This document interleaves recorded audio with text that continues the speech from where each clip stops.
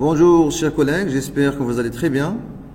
Dans cette nouvelle vidéo, je vais parler de la subvention d'investissement, son traitement comptable, les différentes étapes que vous devrez respecter pour l'enregistrement des écritures comptables. Je vais parler d'une immobilisation amortissable. Il y en a plusieurs cas.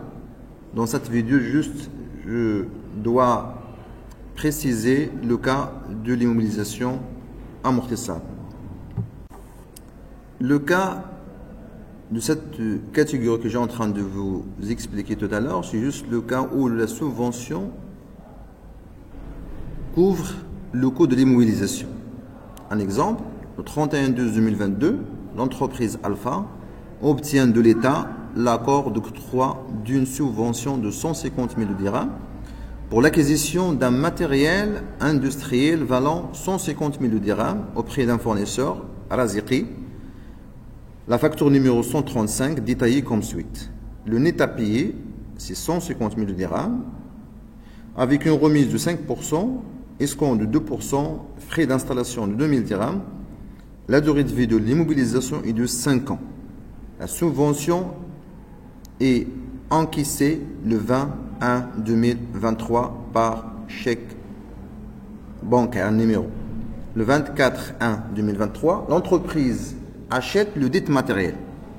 Donc, comme vous voyez, l'entreprise acquis cette immobilisation dont le locaux est couvert par la subvention, mais pour l'enregistrement de l'immobilisation en l'actif, il faut bien sûr déterminer son coût d'acquisition. Et donc là, il faut établir la facture de l'entreprise. Nous avons le net à payer et plusieurs réductions. Donc là, comme coutumier, bien sûr, il faut passer de bas vers le haut pour la détermination des différents éléments qu'on compose la facture. Donc là, c'est essentiel, c'est très important pour vous de déterminer les différents éléments de la facture. Voyons maintenant les éléments qu'on compose la facture. Je dois essayer d'expliquer chaque élément, comment on obtient ces montants-là. Prenons bien sûr de bas vers le haut. Le net à payer, 150 000 dirhams. La TVA 20%, le taux est de 20%. Pour trouver le montant, donc on va diviser net à payer sur 6. Automatiquement, il va nous donner 25 000 dirhams. Leur taxe automatiquement plus la TVA est égale à net à payer. Alors, puisqu'on passe de bas vers le haut, donc 150 000 moins 25 000 est égal à 125 000 dirhams. Comment trouver par la suite le net financier? On sait très bien que le net financier est plus les frais d'installation est égal hors taxe. Alors, 125 000 dirhams moins 2 000 est égal à 123 000 dirhams. Comment trouver maintenant le net financier?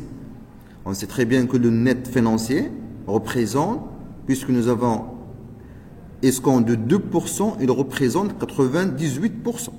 Alors là, tout simplement, le plus simple, c'est je dois prendre le montant du net financier qui est de 123 000 dirhams sur 0,98.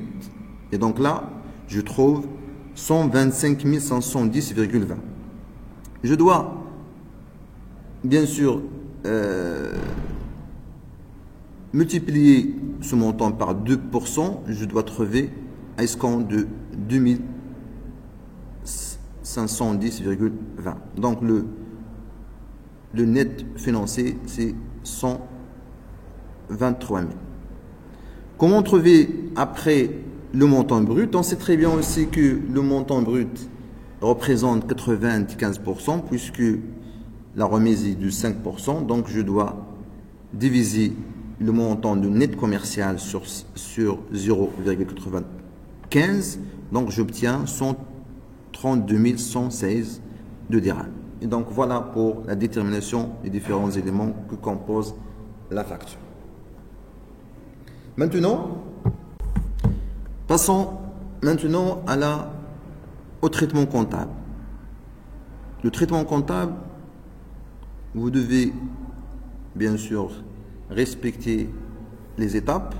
La première étape, c'est de promesse, donc au 31/12/2022, non pas 2023. Donc, je débite comme coutumier un compte de créance état subvention recevoir et je crédite un compte de capitaux propres subvention d'investissement pour le même montant. Et bien sûr, je dois mettre le libellé qui est la notification de la décision d'octroi de la subvention. La deuxième étape qui est de l'encaissement.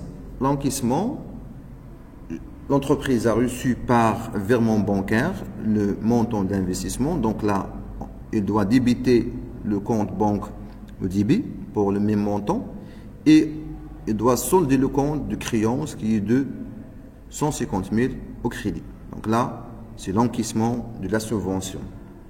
La troisième étape, c'est l'entrée de l'immobilisation à l'actif. Pour combien le matériel et outillage sera inscrit dans le bilan. Et bien sûr, d'après la facture, nous avons le net commercial qui est de 125 510,20 plus bien sûr les frais d'installation est égal à 127 510,20. Donc là, c'est le coût d'acquisition. Nous avons déjà vu ça dans la précédente vidéo, dans le cadre du calcul du coût d'acquisition. Et on détermine la TVA récupérable sur immobilisation au débit et on crédite bien sûr l'escompte obtenu pour un montant de 2510,20 et le compte banque à crédit pour le montant de 150 000 de dirhams. Alors voilà pour les trois premières étapes. Il reste maintenant la quatrième étape qui est les travaux d'inventaire qui sont très importants. Et là, puisque l'immobilisation est amortissable, il faut connaître la durée de vie, puisque la durée de vie est de 5 ans. Donc, le matériel sera amorti sur 5 ans. L'investissement sera amorti aussi sur 5 ans. Alors, puisque deux éléments sont amortissables, puisque plutôt l'immobilisation est amortissable, alors automatiquement l'investissement sera amorti bien sûr sur une durée de 5 ans. C'est-à-dire qu'il doit suivre le même rythme que l'immobilisation. On débite juste comme coutumier aussi, c'est-à-dire l'écriture de la dotation, c'est très simple. Passons maintenant pour l'écriture de l'amortissement de l'investissement. On débite 13,19, subvention d'investissement à inscrire sur CPC pour un montant de 30 000 dirhams et au crédit compte de produits repris sur subvention d'investissement qui est de 30 000 dirhams. 30 000 de dirhams plutôt.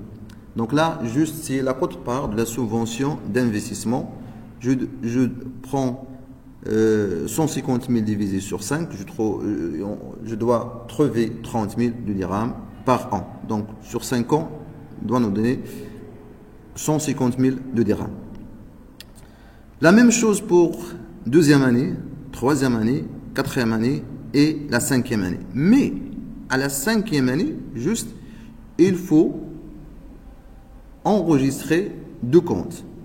Puisque le montant total sont égaux de la subvention d'investissement inscrite, donc il faut bien sûr le solder. Et le compte de la subvention d'investissement de 13,11 est égal au montant, bien sûr, de 150 000. Donc, il faut aussi débiter pour que les deux montants sont égaux. Donc, il faut les solder. Voilà donc pour l'instant la subvention d'investissement, le cas de l'immobilisation amortissable.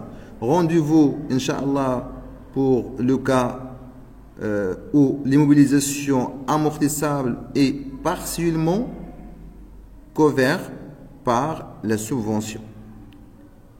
J'espère que vous allez très bien aussi et merci d'être avec nous. N'hésitez pas d'abonner à la chaîne et à la prochaine vidéo. Merci.